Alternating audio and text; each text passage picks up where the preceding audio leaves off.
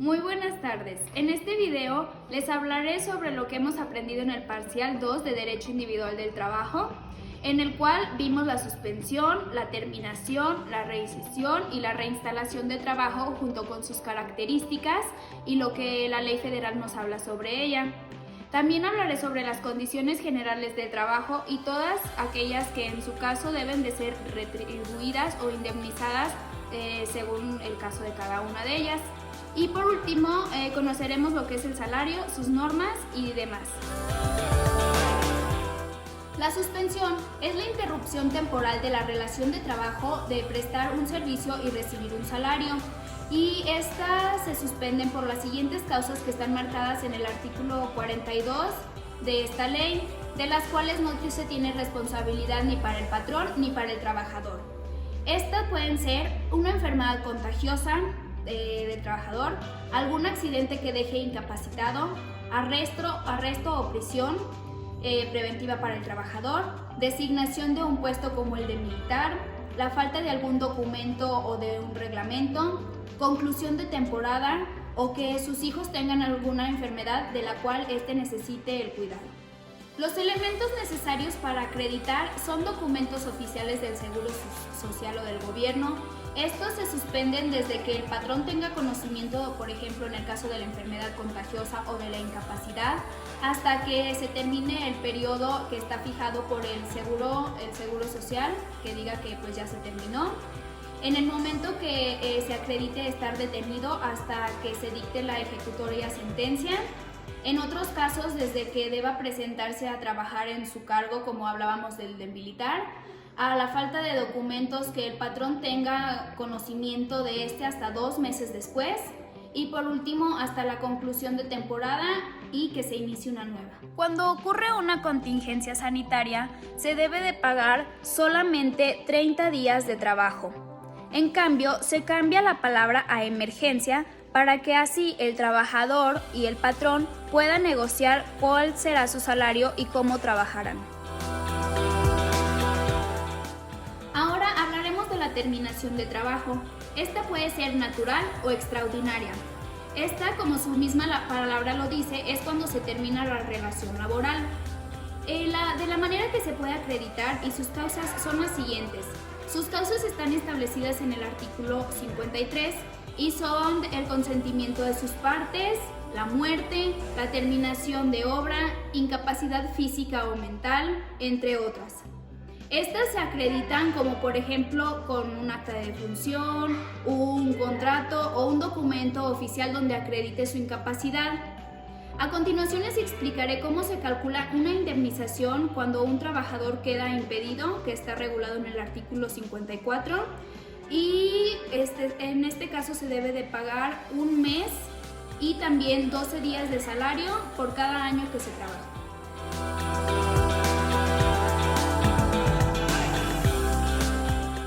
La rescisión de trabajo es una terminación unilateral de la relación de trabajo, donde se podrá reincidir.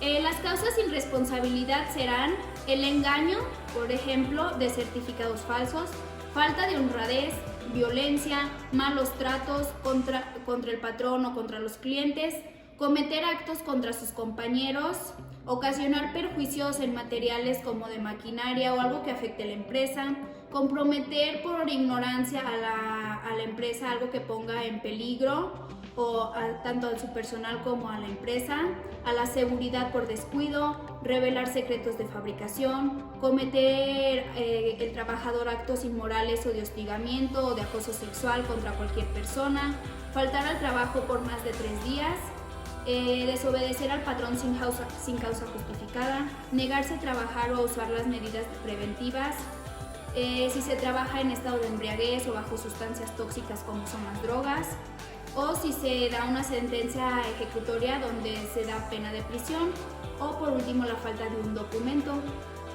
Un ejemplo de cómo acreditar todas estas causas que les mencioné anteriormente son, por ejemplo, marcar con una firma o con la huella digital la entrada y la salida del trabajador, llevar testigos o grabación en el caso de que se acosa sexualmente o incluso mensajes si es que los tienen, o en el caso que les mencioné sobre descomponer una máquina, se lleva, por ejemplo, un perito que compruebe que la máquina solo se pudo haber descompuesto por aquella persona y este tenía algún motivo para hacerlo. Ahora bien, como dice el artículo 48, en caso de que el trabajador pida la reincisión y el patrón no quiera dársela, se asistirá a la Junta de Conciliación y Arbitraje y se pide al trabajador que se reinstale o bien que se le dé una indemnización de 3 meses de salario y otras cosas que explicaré a continuación.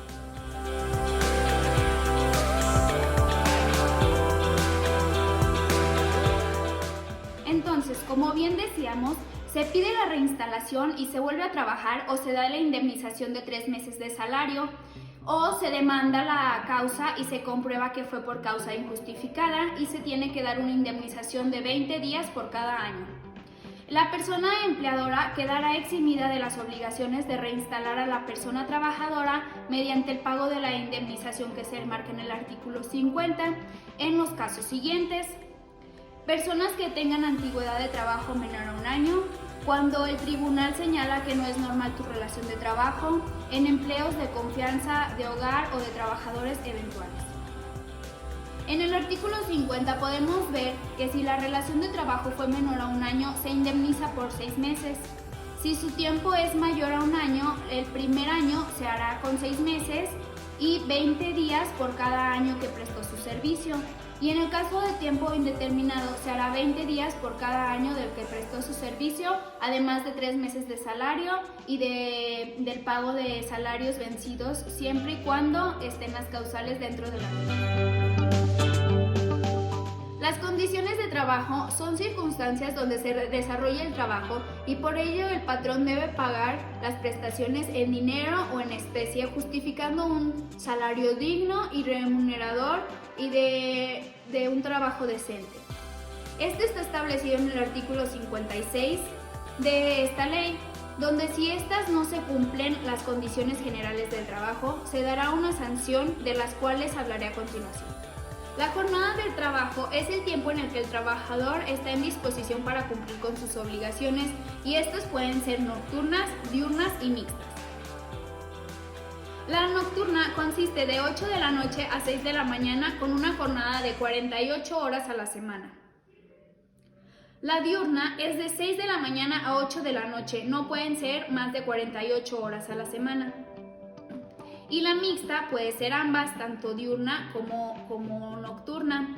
Y esta es con una duración de 45 horas a la semana, donde no puede exceder un trabajo de 3 horas y media a partir de las 8 de la noche.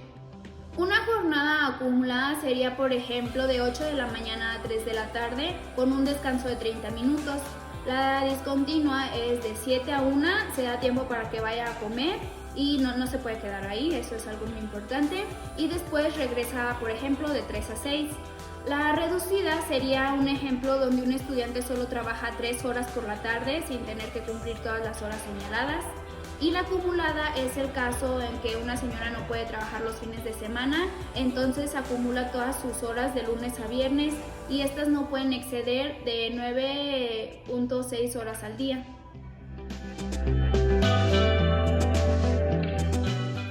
El tiempo extraordinario es aquel donde el trabajador trabaja tiempo extra de sus horas de las cuales debía cumplir, pero estas deben de ser pagadas por el doble de su salario por hora.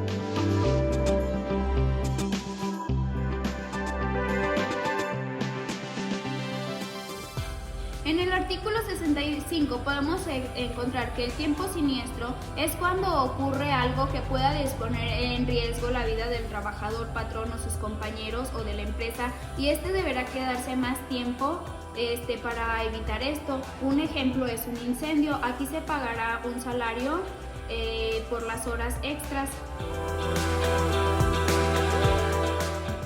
Los días de descanso son aquellos en el que el trabajador no está obligado a prestar sus servicios y existen 2 tipos. Los ordinarios de descanso, que en este caso es cuando el trabajador trabaja 6 días y el 7º debe descansar. En el caso en el que el trabajador tenga doble trabajo o trabaje menos días a la semana, se hará una regla de 3 que explicaré a continuación.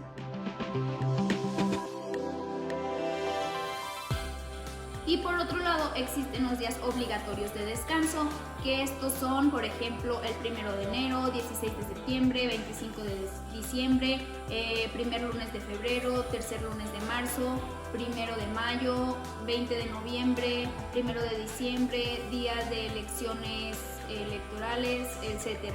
Y estas, si se obliga a que en esos días vaya a trabajar, se deben de pagar al doble.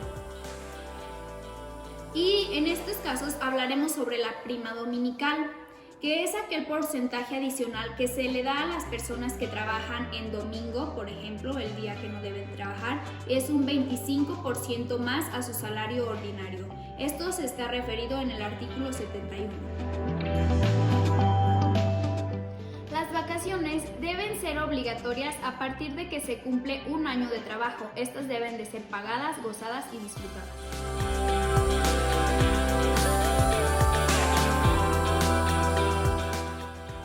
El aguinaldo, según el artículo 87, los trabajadores tendrán derecho a un aguinaldo anual que deberá pagarse antes del día 20 de diciembre.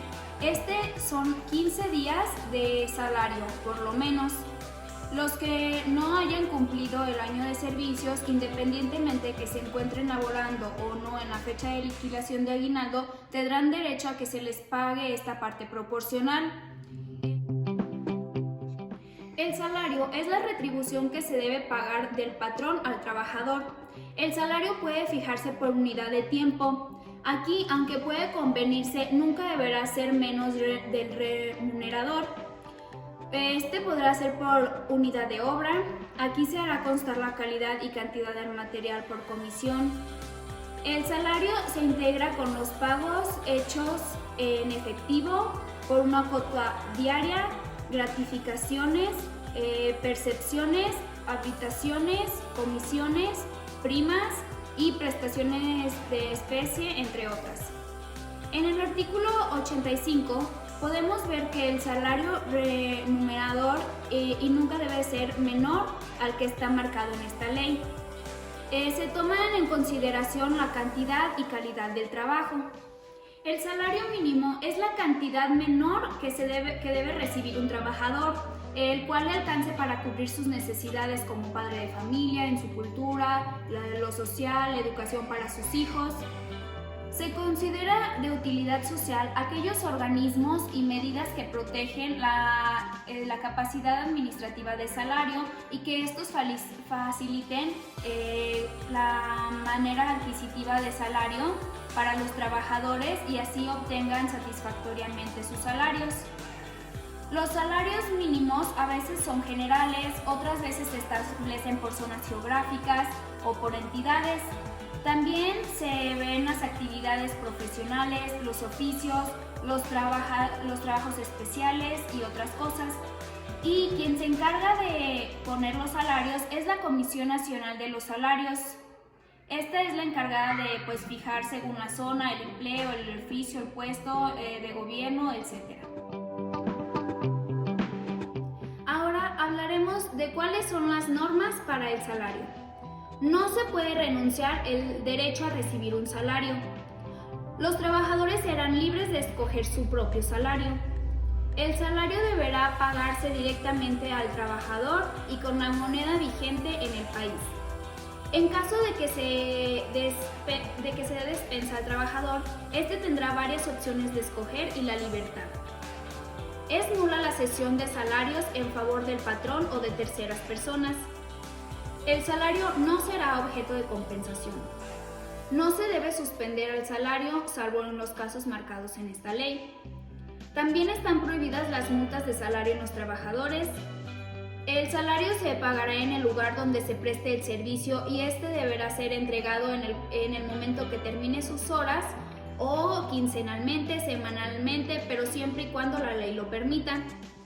Y por último, los descuentos de salario están prohibidos, excepto cuando se preste alimento, vivienda, pago de cuotas sindicales, pago de abonos para cubrir créditos, etc. Y también las deudas con el patrón está prohibido cobrar intereses. En conclusión, creo que esta ley está muy completa y es muy justa tanto para el patrón como para el trabajador, y la verdad es que me admira cómo están establecidas las leyes para la diversidad de actos que se pueden realizar en una relación laboral.